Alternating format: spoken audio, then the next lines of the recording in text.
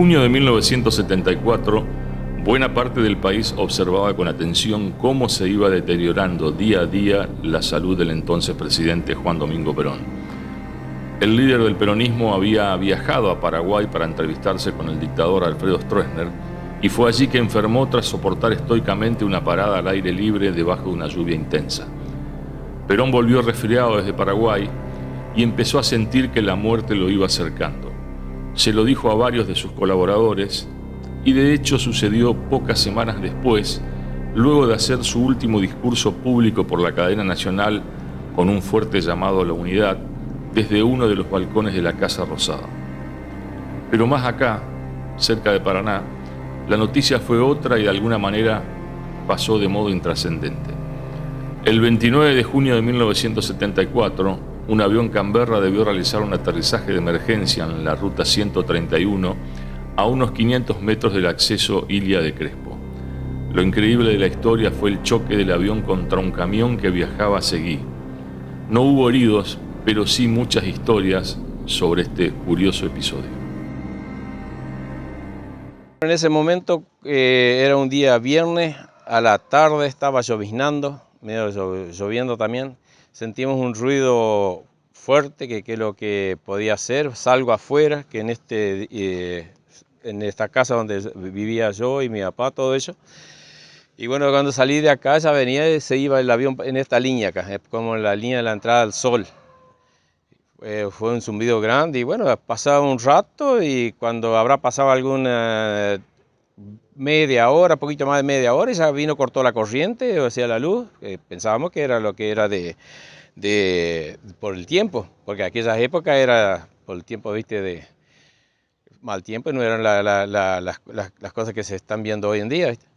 Y bueno, y de ahí ese fue el comienzo de acá donde yo vi del avión que pasó acá, ¿viste? De todo el accidente que pasó, toda la historia. De acá fue el comienzo que vi el Canberra, que iba tan bajito volando.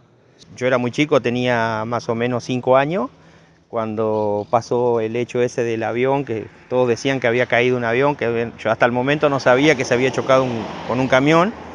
Y bueno, y el segundo de mis hermanos de los mayores, al otro día que había pasado el accidente, me trajo a mí cortando por un campo, que yo vivía en las casas del ferrocarril, y bueno, vinimos ahí atravesando campo a verlo, y bueno, para mí fue una sorpresa enorme ver semejante avión ahí parado en una barranca, creo que estaba, y bueno, y ahí nos comentaron que se había chocado con un camión, que le había arrancado creo que la cucheta, algo así. En ese momento yo no sabía lo que era la cucheta, y bueno, hasta ahí es lo que yo recuerdo eso, que el avión era todo como camuflado, así parecía un color verde militar tenía.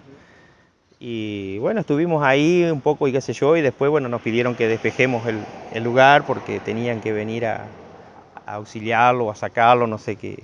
Eso es algo que me quedó a mí, como varias cosas por ahí que yo recuerdo, y bueno, pero eso lo tengo bien presente, digamos, del avión, eso no se me borró nunca más.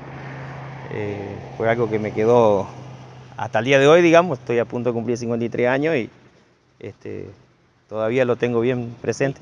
Yo recuerdo de haber entrado a la estación de servicio a la tardecita y a las 3 horas, 2 horas y pico, 3 horas de que haber entrado a trabajar, se escuchó un avión y Crespo que se queda sin luz. Entonces yo llamo a la usina, porque en aquella época había que pedir a la central el número, no era que marcabas, sino que tenía que pedir a la central, y pido con Agua y Energía, que era aquella vuelta, ahora es EPER o ENERSA, antes era Agua y Energía, y pregunté que si iba a demorar mucho el corte por la estación de servicio. Y me dice, sí, porque un avión chocó los cables. Pero quedó ahí, ¿viste? Y yo pensé que era una cargada, como ellos éramos amigos y ellos iban a cargar combustible ahí. Y de noche cuando hacían los recorridos ellos, paraban a charlar con nosotros a la estación de servicio.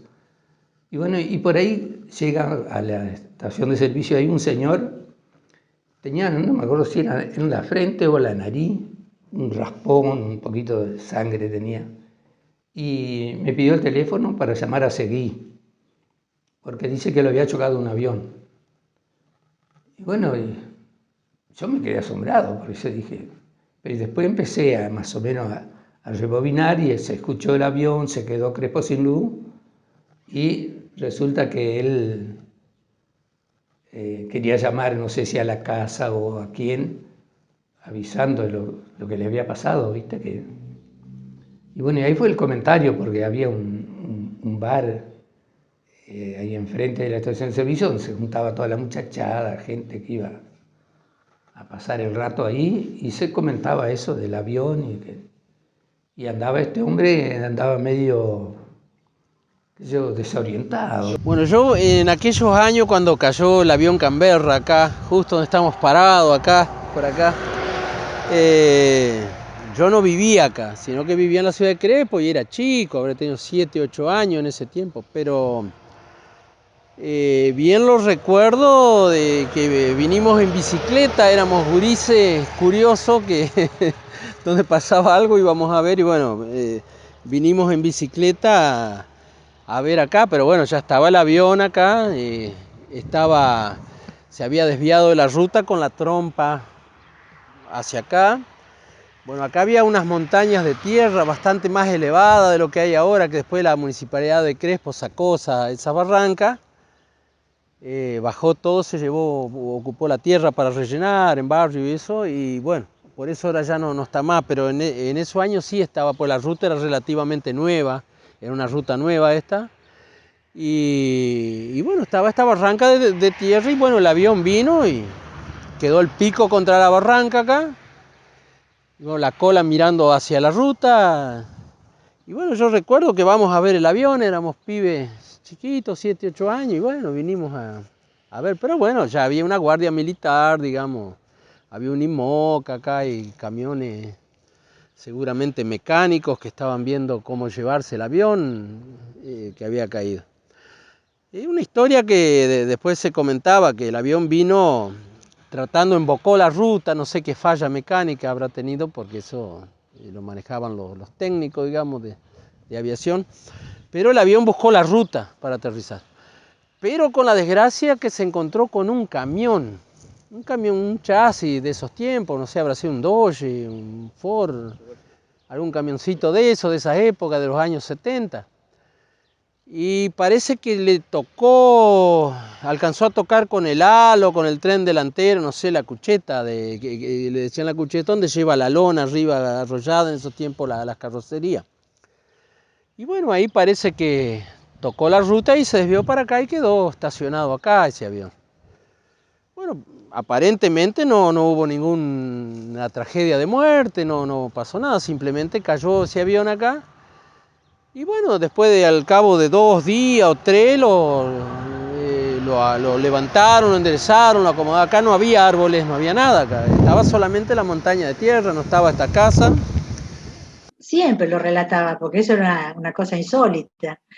Y aparte bastante milagrosa de todo cómo se fue desencadenando. No solamente para nosotros, para la familia, para la brigada, para los de Paraná, fue todo un acontecimiento. Sí, siempre lo contaba. Bueno, que fue un jabón que se pegaron bastante grande y que salió todo bárbaro.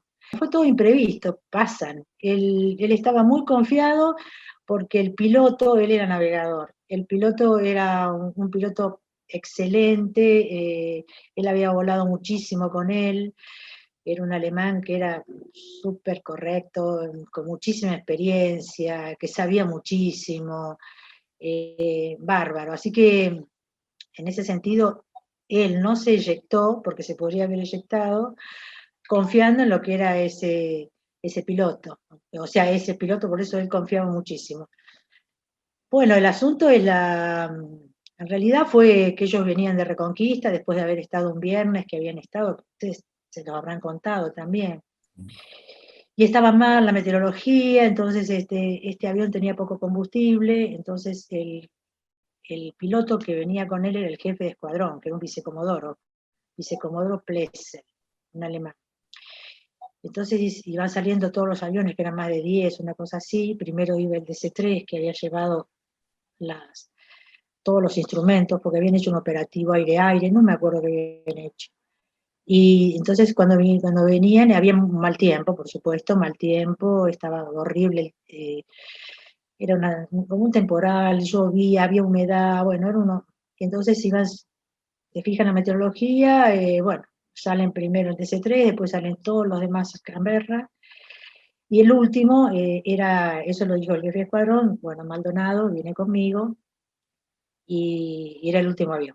Bueno, perfecto, qué sé yo, iban llegando, iban aterrizando, y cuando ya van llegando para Santa Fe, le dice, bueno, él le da la orden, le dice, mi marido le da la orden, le dice rumbo 240, que era para bordear, había un cumulonimbus enorme sobre Santa Fe, enorme, grandísimo.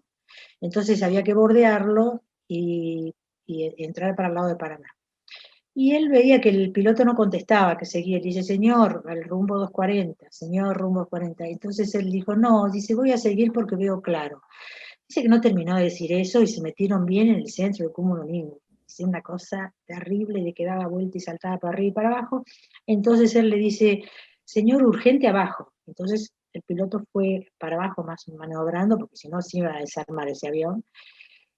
Y una vez que llegaron abajo, ya no tenía más o menos a 700 metros, una cosa así, que lo niveló, el piloto lo niveló porque dice que se voló todo, daba vueltas, se apagaron las luces, bueno, todo eso, y cuando lo niveló, tenían toda la parte eléctrica del avión, no andaba nada, entonces no sabían, no se podía comunicar él con el piloto, nada, él miraba, nada podía hacer. Entonces, no sé cómo encontró un papelito y le dijo, porque el piloto dice, no sabía dónde estaban. Encima era de noche, porque eran las 7 de la tarde y era invierno. Entonces, y llovía.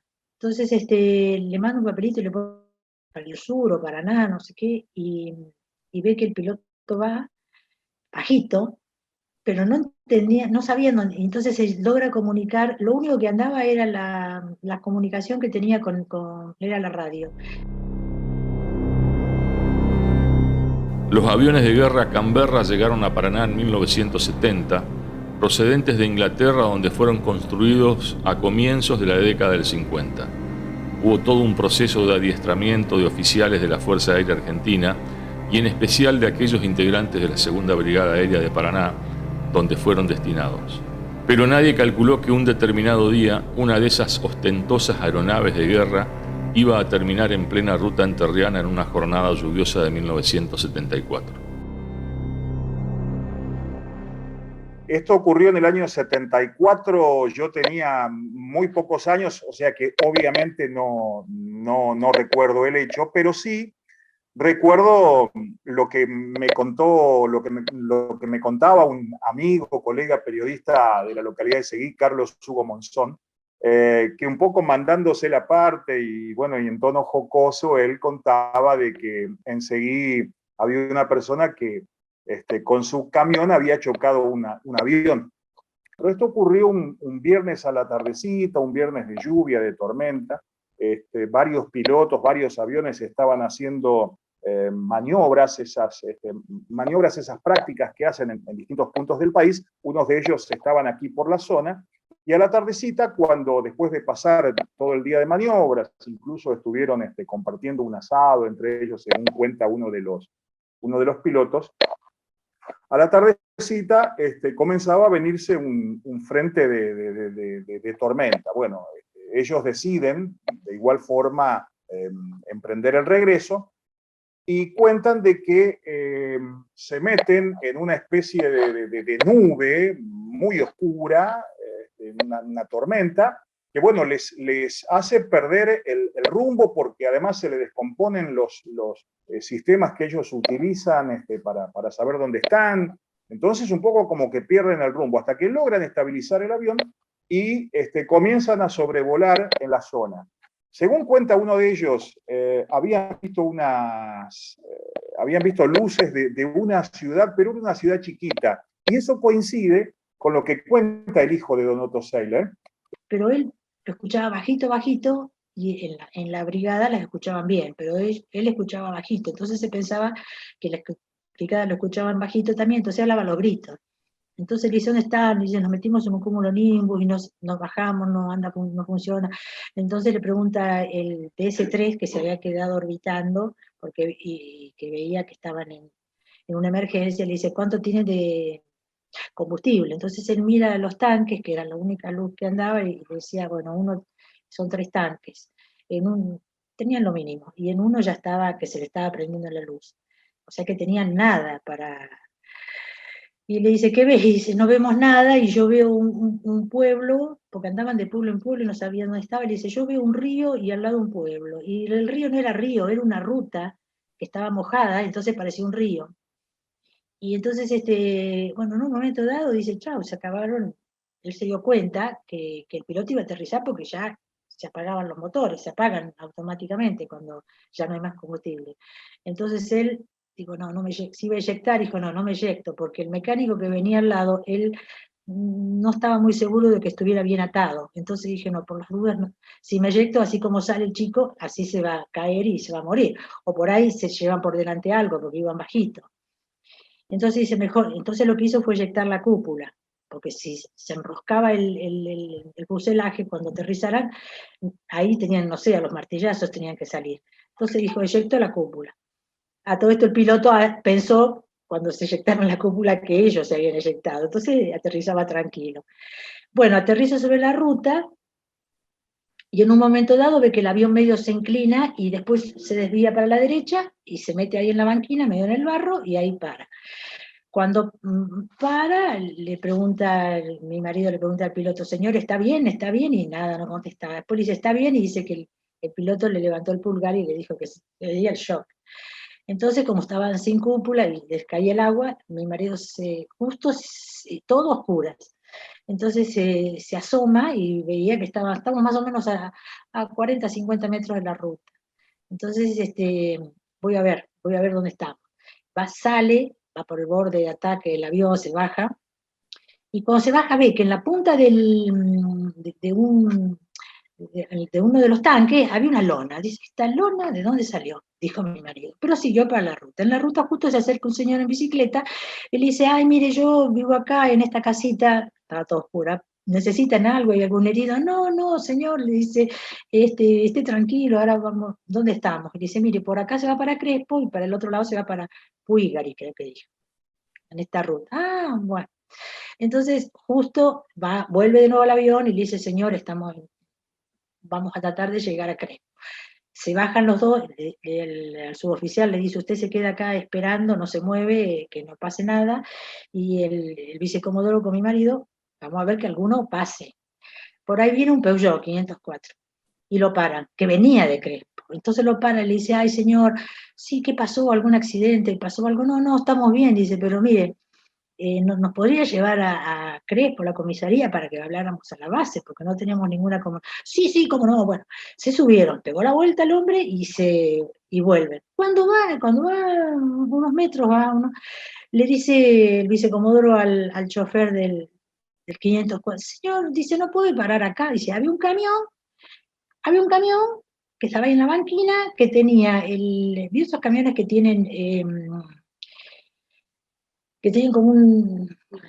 como una jaula, como una cosa así de metal, donde arriba uno le pone la lona, y que tenía como una panza así? Primeramente, sorprenderme mucho por el acontecimiento mismo, ¿no? Obviamente pasó mucho antes de que yo tomara conocimiento de la noticia y demás, y lo que recuerdo era el hecho mismo, las fotos a las que accedí tempranamente, y después recordar al momento cuando yo contaba el acontecimiento a otras personas, la rareza con la que se encontraban las otras personas, ¿no?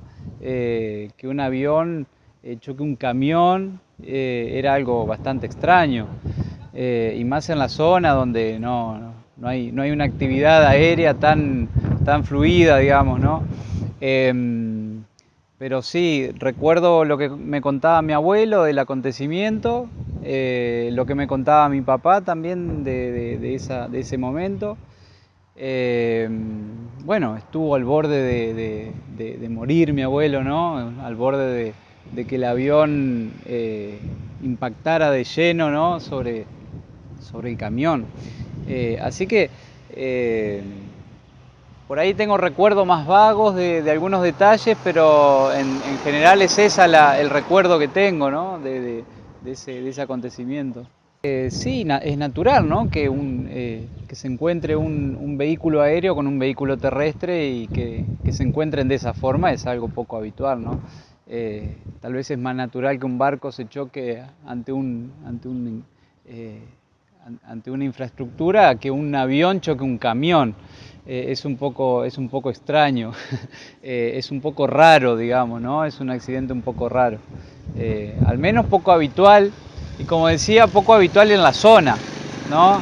Porque no es una zona en la que fluya o haya un tránsito fluido de vehículos aéreos, ¿no?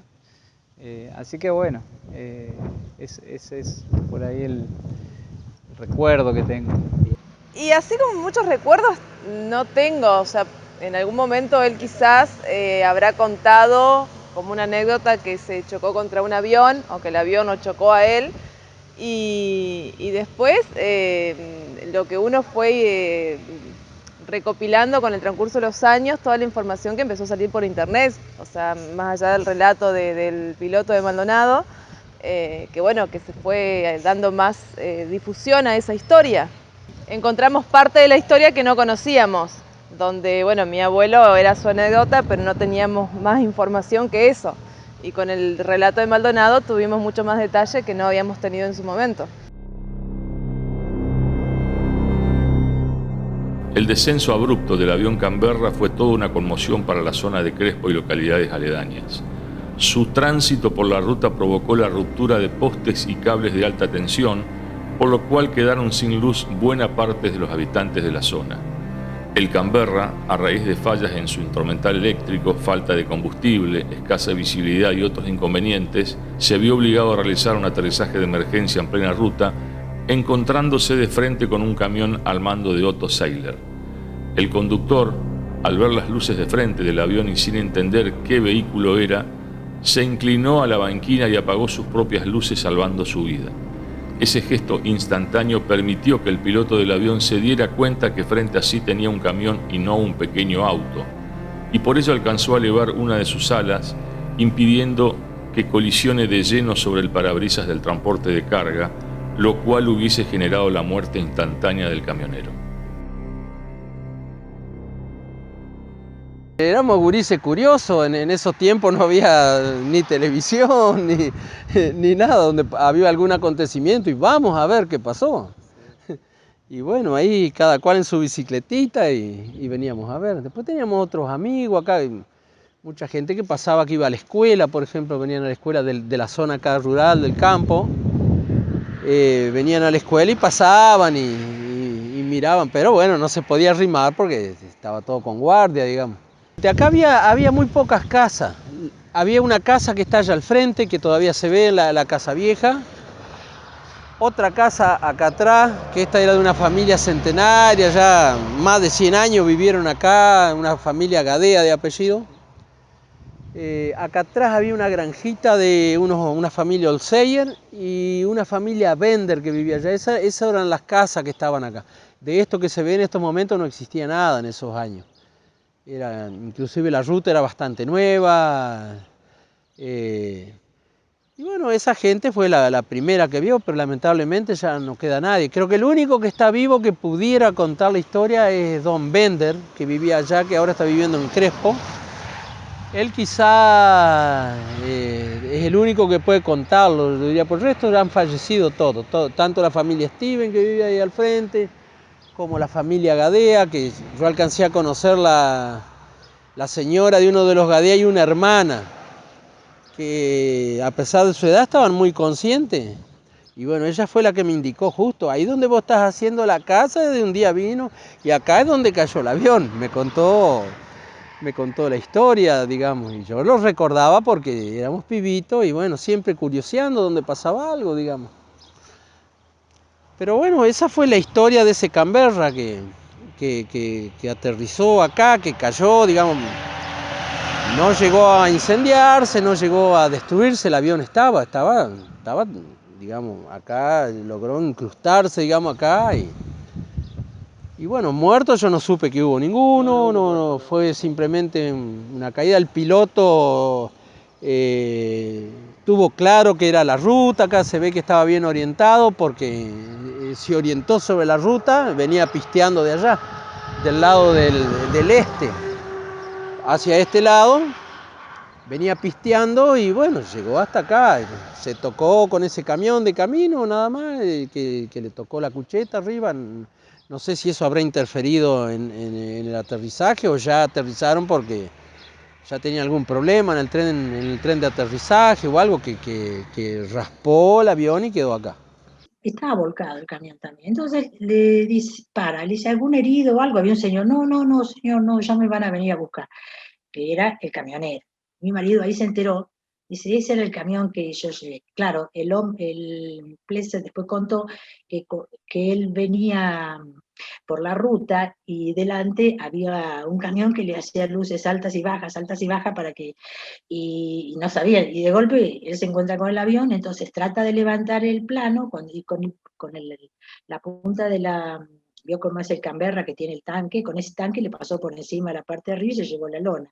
Y por eso lo desvió y el avión dio vuelta a la derecha y por eso de ahí se quedaron.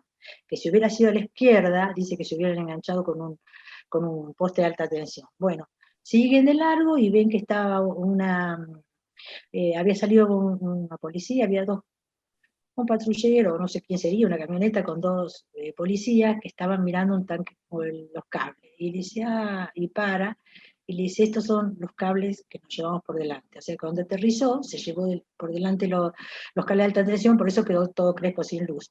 Bueno, llegaron a la comisaría, en la comisaría, ahí nomás, y tratamos de conectar, qué sé yo. El hombre este buenísimo, este del 504, que nunca le preguntaron el nombre para agradecerle, nunca supieron quién era, y llamaron a la brigada. En la brigada, como ya habían pasado bastante tiempo, ya pensaban que estaban liquidados, muertos. Hay una alegría terrible, así que agarraron todos y dice, ya los vamos a buscar. Y bueno, se fueron todos en caravana, todos los de la brigada, que ninguno se había movido, porque ya pensaban que iba a buscar los restos, y vinieron todos en caravana hasta la ambulancia, por las dudas hubiera algún herido grave, y llegaron, bueno, un abrazo, y le dijeron, estábamos rezando, ya pensábamos que estaba muerto. Bueno, todos fueron hasta la brigada, en la brigada, por supuesto, ahí armaron un copetín, un no sé qué, un festejo, todo, y a él, cuando voló ¿cómo se llama? La cúpula, hay unos tornillitos que estallan, y entonces él no tenía puestos los guantes de vuelo, no sé dónde habían quedado, y le lastimó porque estallan y le impactó toda la mano, todo, fue lo único que le pasó. Así que lo llevaron ahí a la enfermería y lo curaron. Y después dice que al día siguiente, bueno, él fue a buscar la cartera de navegación, todo lo que había quedado ahí. Y habían puesto 2 soldados a cuidar. Y todo el pueblo iba, y entonces los soldados había ¿cómo se llama? Un tambo y les había dejado un tacho enorme, esos que tienen 2 manijas de leche para que tomaran leche, tomaban mate con leche, y después como era sábado al día siguiente, sábado y domingo, ¿no? Todo el fin de semana era todo un desfile, todo el acontecimiento de ir a ver el avión que estaba en la ruta, que había aterrizado, y qué sé yo. Y bueno, decíamos, el camionero va a tener para decirle hasta a los hijos, hasta a los nietos, hasta la tercera generación que chocó con un avión. Bueno, siempre quedó esa anécdota y sobre todo el hecho de que no les había pasado absolutamente nada, que fue bastante milagroso. Claro, estaban perdidos hasta que comienzan a buscar alguna ciudad con mayor cantidad de luces. Bueno, aparece en el relato que estaban aquí en cercanías a Crespo y bueno, sobre la ruta es la ruta 131. Esto para que la gente se ubique es más o menos no en la salida del barrio azul de Crespo, sino en la salida por donde están los hilos de la agrícola, como para que la gente un poco se ubique. Allí a unos pocos metros es donde deciden empezar a hacer las maniobras para ver si podían aterrizar. En eso, enganchan unos cables de alta tensión, con lo cual queda no solo Crespo, sino varias localidades sin luz, y se siente una fuerte explosión aquí en Crespo.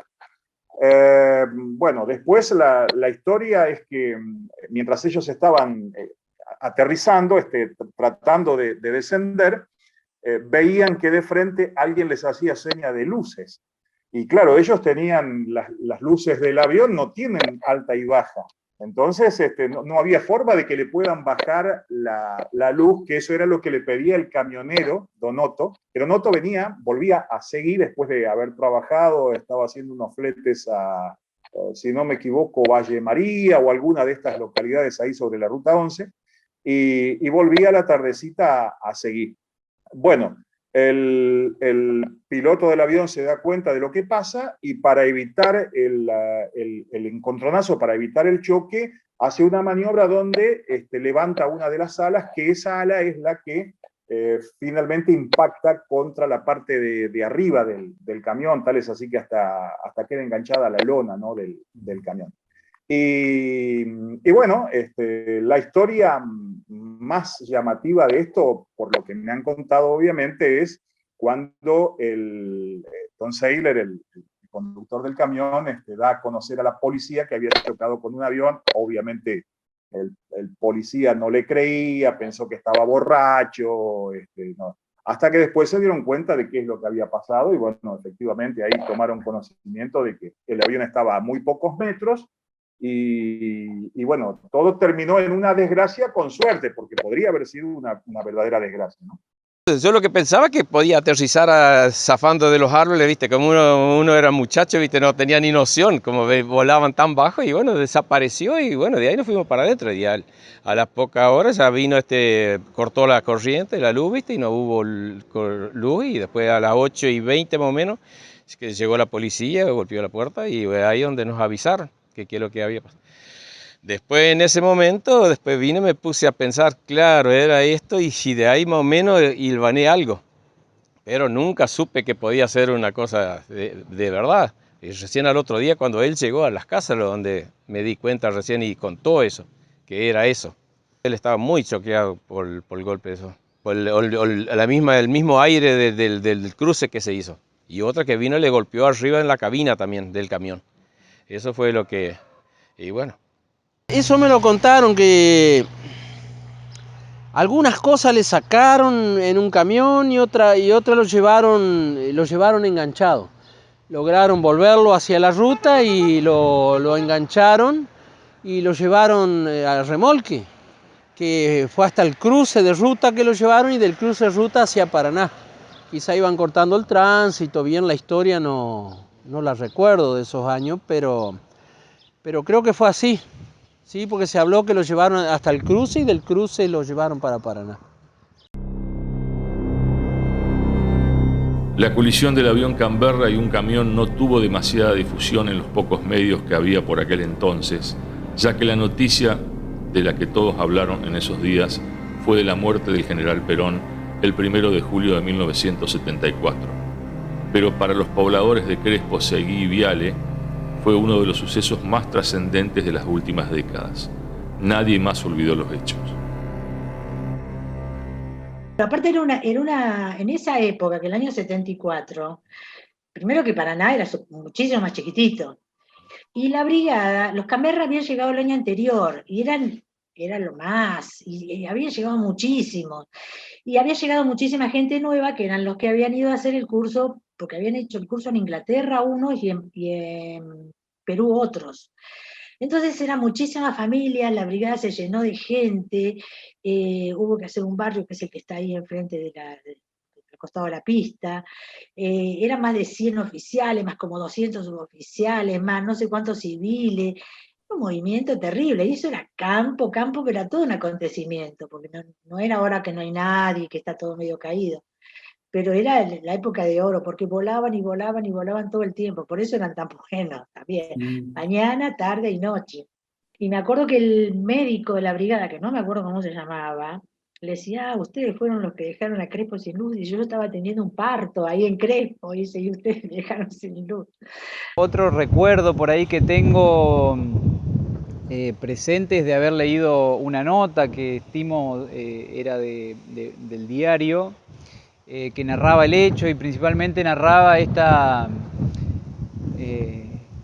acontecimiento de que hay una persona que para auxiliar a mi abuelo al ver, bueno, obviamente, al ver un camión y un avión al costado de la ruta, de alguna forma en una situación muy extraña.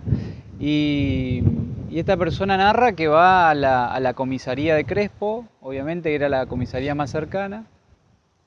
Y bueno, narra y denuncia el hecho, ¿no? Denuncia el accidente. Y bueno, la reacción obvia de los oficiales en la comisaría es preguntarse dos veces qué estaba narrando esta persona, ¿no? No era una historia muy creíble por las características del incidente, ¿no? Después otra cuestión que recuerdo es en función de la situación misma de mi abuelo en ese momento, cuando me cuenta que va transitando en el camión y ve de repente el avión, la desesperación de no saber qué hacer, ¿no? Hasta que después fue la policía, creo que fue a la estación de servicio y lo buscaron al hombre ese, al señor, al padre del Sailor, a don Sailor, sí. Bueno, y eso es lo que yo tengo, viste, que después, claro, pasó la noche hasta que se arregló todo, y después vi, de acá de mi casa, la ruta 12 pasa a 700 metros. Estas cuadras acá era todo baldío. Crespo terminaba acá en esta calle. Y vimos después al otro día, o a los 2 días, cuando lo pasaron por la ruta 12 al avión, que tenían que ir sacando toda la cartelería, todo, y pasarlo para... Eso es lo que recuerdo. No fui a verlo al avión porque decían que no te dejaban arrimar, entonces no fuimos a verlo al avión. Al camión sí lo vi porque lo llevaron a un taller frente a la estación de servicio donde yo trabajaba. Y era una cosa que era para no creerlo, porque yo dije, este hombre está ebrio o no sé, pero resulta que estaba medio choqueado así el señor y bueno, y ahí estaba el comentario de como que en la policía no le habían dado mucha bolilla ahí, como que no le querían creer lo que había pasado, hasta que se comentó de que sí, que había un avión, que se había chocado un camión y él decía que lo único que me faltaba era chocar un avión, porque se había chocado con el tren, con colectivos, con otros camiones, dice, y lo único que le faltaba era chocar con un avión, y ese día lo chocó el avión. Sí. En ese momento yo había venido solo con mi hermano, pero después no me acuerdo si vinieron otros pibes de ahí de alrededor o no, calculo que sí, porque se empezó a desparramar la noticia de que había caído un avión y bueno, era algo, digamos como que, wow, ver un avión tan de cerca en ese momento se hacía por ahí, para nosotros se nos hacía imposible poder ver un avión tan de cerca, pero bueno, tuve la suerte de poder verlo de cerquita. Lo que sí sé, la pena, no sé si algún día se habrán enterado que el Peugeot ese 504 que los llevó, que nunca le pudieron preguntar el nombre, nunca le pudieron a ellos, estaban tan, pero tan agradecidos. Porque esa ruta tampoco era una ruta muy poblada, y más un día de semana, todo lloviendo, no. Así que y el hombre no preguntó nada, buenísimo. Y los esperó en la puerta de la comisaría y después los volvió a llevar ahí al lado del avión. Tiempo después, el avión Canberra fue reparado y puesto nuevamente en actividad. Y apenas 8 años posteriores, aquel avión que chocó un camión en plena ruta tendría activa participación en la Guerra de Malvinas con reconocidos pilotos de la Segunda Brigada Aérea. El avión estaba expuesto luego en Oliva, provincia de Córdoba, en el Museo Nacional de Malvinas.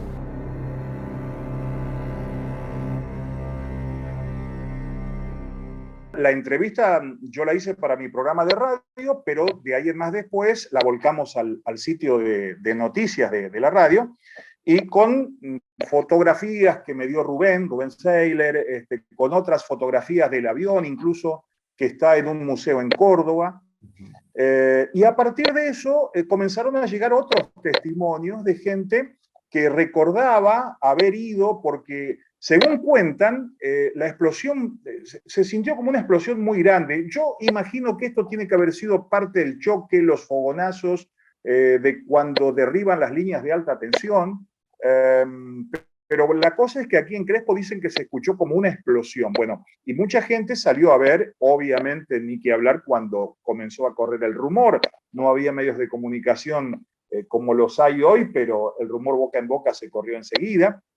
Y me contaban de que llegó a tal punto que tuvo que ir la policía a tomar intervención porque era prácticamente una caravana de vehículos que salían de Crespo en una tarde lluviosa para ir a ver qué es lo que había pasado.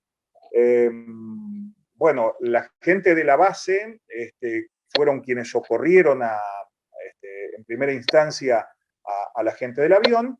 No había comunicación, ellos habían perdido toda comunicación. Creo que desde la comisaría de Crespo les avisaron a la base que, bueno, llegaron luego a tomar cartas en el asunto. Y según cuenta uno de los pilotos, él se terminó de dar cuenta de la maniobra al otro día cuando volvió al lugar y vio, bueno, el camión por un lado, el avión por otro, dónde habían parado, el cable, los cables de alta tensión. Bueno, ahí tuvo un panorama un poco más claro de todo lo que había pasado esa tarde. El Museo de Olivas no es un museo de la guerra, sino que es un museo que preserva historias de vida de quienes fueron a la guerra. Para las nuevas generaciones de argentinos, puntualmente, para saber que a la guerra va gente joven, que normalmente la mayoría o un gran porcentaje no regresa, y que quienes tienen la suerte de regresar no regresan como fueron. Y bueno, para evitar esos errores que cuestan vidas y que normalmente los que toman la decisión no la sufren, es que construimos el museo. Para que tengamos en cuenta que la guerra fue un gran error, un grave error, un hecho terrible, conmocionante, doloroso, triste, pero independientemente de eso, que es un hecho histórico y que no podemos modificar, existen actores en ese combate, en esa contienda, de ambas partes, que mueren o que sobreviven con una marca, y que sus vidas, sus historias, deben ser preservadas. Entonces, de eso se trata la construcción de este museo, que es absolutamente distinto a todos los que existen, y que guarda material muy preciado para las familias, muy preciado para las Fuerzas Armadas, y muy preciado para los veteranos desde el punto de vista en que nosotros vamos a la historia. Yo acabo de recuperar hace 3 minutos la historia de los bandeirantes. Sí, le conté en un momento y en unas vacaciones que nos fuimos, caí en el Museo de Islas Malvinas de Oliva, donde está el avión, y fue ahí más que nada donde le pude contar a él o a los chicos la historia. Y ahora con la visita a la base aérea, o sea, ellos también se pudieron interiorizar en la historia de su bisabuelo, diríamos. Somos una familia chica y está muy bueno que los chicos también se interioricen en la historia de lo que fueron sus antepasados, ¿no? Y es un avión que hoy está en el Museo de Malvinas, como te dije, en Córdoba, en una ceremonia realizada posteriormente, cuando ya se lo coloca, se lo deja en el museo al avión, le colocaron una inscripción que es una especie de rebautismo de la nave, que pasó a llamarse El Camionero, precisamente recordando aquel hecho ocurrido aquí en Crespo. Pero sí, obviamente esto, después de Malvinas, después de que el avión siguió perteneciendo a la Fuerza Aérea, ¿no? Y bueno, era ocupado para cada una de las necesidades de la Fuerza. y en su baja deciden llevarlo a Córdoba, a ese museo, y bueno, y allí está expuesto para gratitud, gente que, digo gratitud porque bueno, un poco uno también así como estás haciendo vos o como está haciendo el programa ahora, rescatar estas historias que prácticamente habían quedado en el olvido. Hace algunos años, después de la nota, una persona de Crespo me mandó fotografías que se tomó él junto a su familia en un viaje a Córdoba. Habían ido a visitar, pasaron por ese museo, pararon y bueno, se sacaron fotografías con el fondo del avión y me las enviaron. Decía, esta historia la conocí gracias a ustedes. Como seguramente mucha gente va a empezar a conocer la historia ahora gracias a vos y gracias a este programa. La historia del Canberra es muy parecida a la del F-28 por el tamaño que tiene. El Canberra lo traje con mi tarjeta de crédito. Pagamos el viaje con mi tarjeta de crédito y la pintura. Y hace también 20 minutos encontré, porque perdí la memoria externa, donde tenía más de 10.000 fotografías, pero encontré, y te voy a enviar, todo el historial del avión desde que lo desarmaron hasta que lo trajimos, y en el medio, quizá vos ya las tengas, las fotos del camión y todo este tema que, bueno, nosotros estuvimos buscando mucho a la familia del camionero, por así llamarlo. Creo que ustedes la encontraron. Bueno, me gustaría tener contacto con esa gente para poder invitarla al museo y quizá guardar alguna foto de este señor y tener algo porque es parte de la historia del avión y nos gustaría que aquí se quedase también. Traer el Canberra nosotros fuimos a fines del 97 a Paraná a ver los aviones sin saber si nos iban a dar uno o no. Había alguien de Oliva en Paraná, el suboficial Almada, Jorge Almada, él era armero de Canberra, y bueno, él la verdad que nos alentaba mucho para que trajésemos un avión. Era para nosotros una utopía. Bueno, finalmente la Fuerza Aérea, después de golpear muchas puertas, decidió que el Bravo 102 venía a la ciudad. No teníamos ni la menor idea de qué historia tenía el avión, ni siquiera en Malvinas. Porque para esa época todavía la investigación no estaba en ciernes y en realidad lo que buscamos era material. Y faltan poquitos años para que se cumplan 50 años. Y además, déjame hacer un agregado, fue el fin de semana que por eso mucha gente se pregunta que por qué no tuvo repercusión nacional este hecho. Esto ocurrió un viernes y el lunes de la semana siguiente fue el fallecimiento de Perón.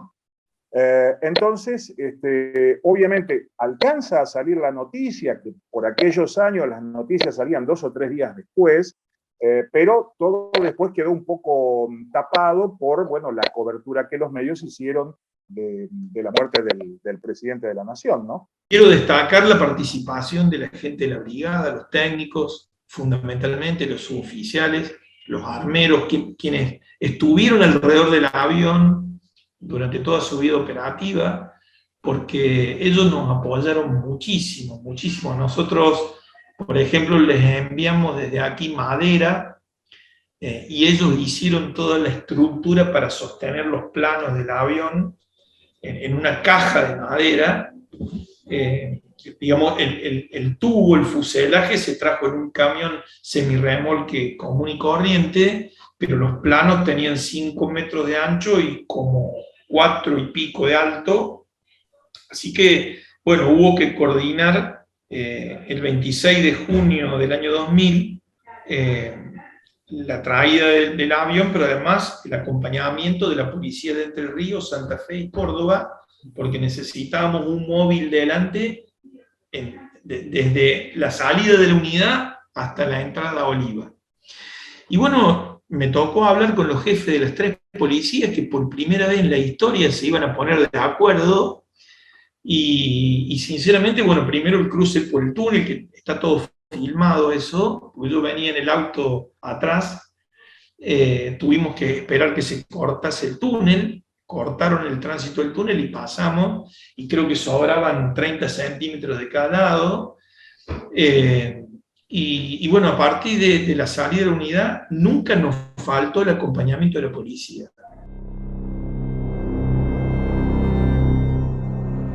Todos pueden ir a ver al museo al también denominado El Camionero, testigo silencioso de aquel episodio de 1974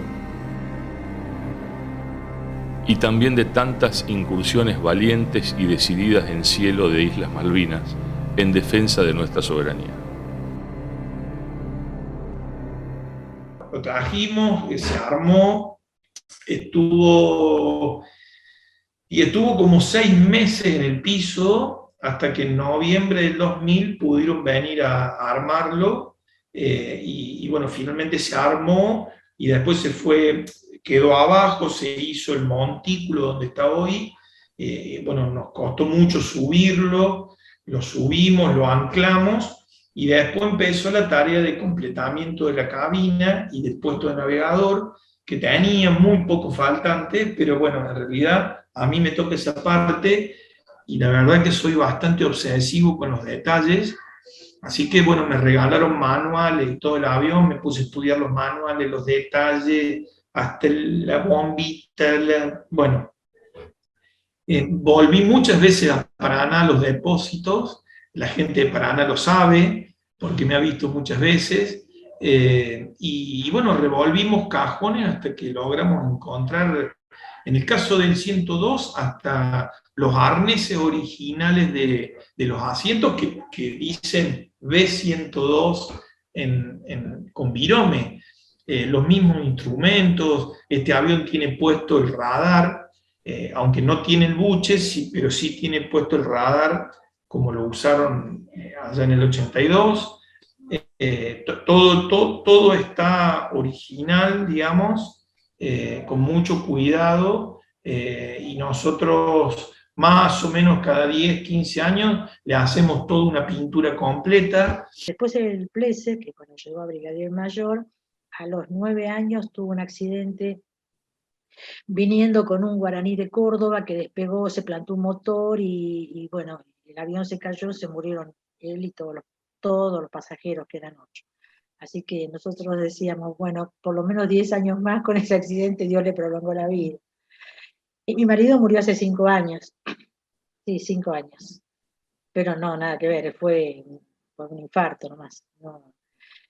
Pero bueno, esa anécdota en Paraná y en la Fuerza Aérea quedó y aparte una anécdota lindísima, quedó lindísimo por el hecho de lo emotivo, del festejo, de que no había sido grave y que podía haber sido terrible.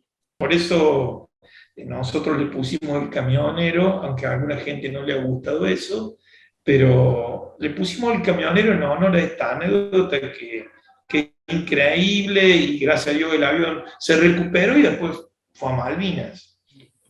Entonces, bueno, hemos estado en contacto con las tripulaciones que lo volaron, y hemos podido recuperar muchas cosas, muchas historias, y bueno, finalmente para nosotros tenerlo aquí en Oliva es una responsabilidad muy grande, como te decía, y además es un orgullo, porque en realidad fue un avión británico que castigó a sus creadores, con la valentía y con el arrojo de las tripulaciones, que más allá de las anécdotas que te cuentan, pusieron todo lo que tenían, ¿no?, para ir en contra de la flota.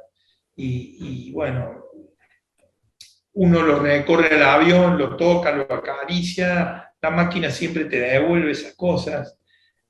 Sentarse hoy en la cabina del avión y todavía sentir, poder usar los 5 sentidos, y fundamentalmente todavía tiene olor a combustible, olor a hidráulico, y tiene el ADN, porque nunca lo lavamos adentro ni nada que se le parezca, tiene el ADN de todos los tipos que lo volaron, ¿no? De toda la adrenalina, de todo el miedo, porque en realidad La adrenalina también es eso, ¿no? De la gente que lo tripuló y que cumplió las misiones de ataque, así que es para nosotros un estandarte en el museo, es todo un estandarte, y ahora va a tener a su lado al otro avión grande que, si Dios quiere, va a ser el F-28.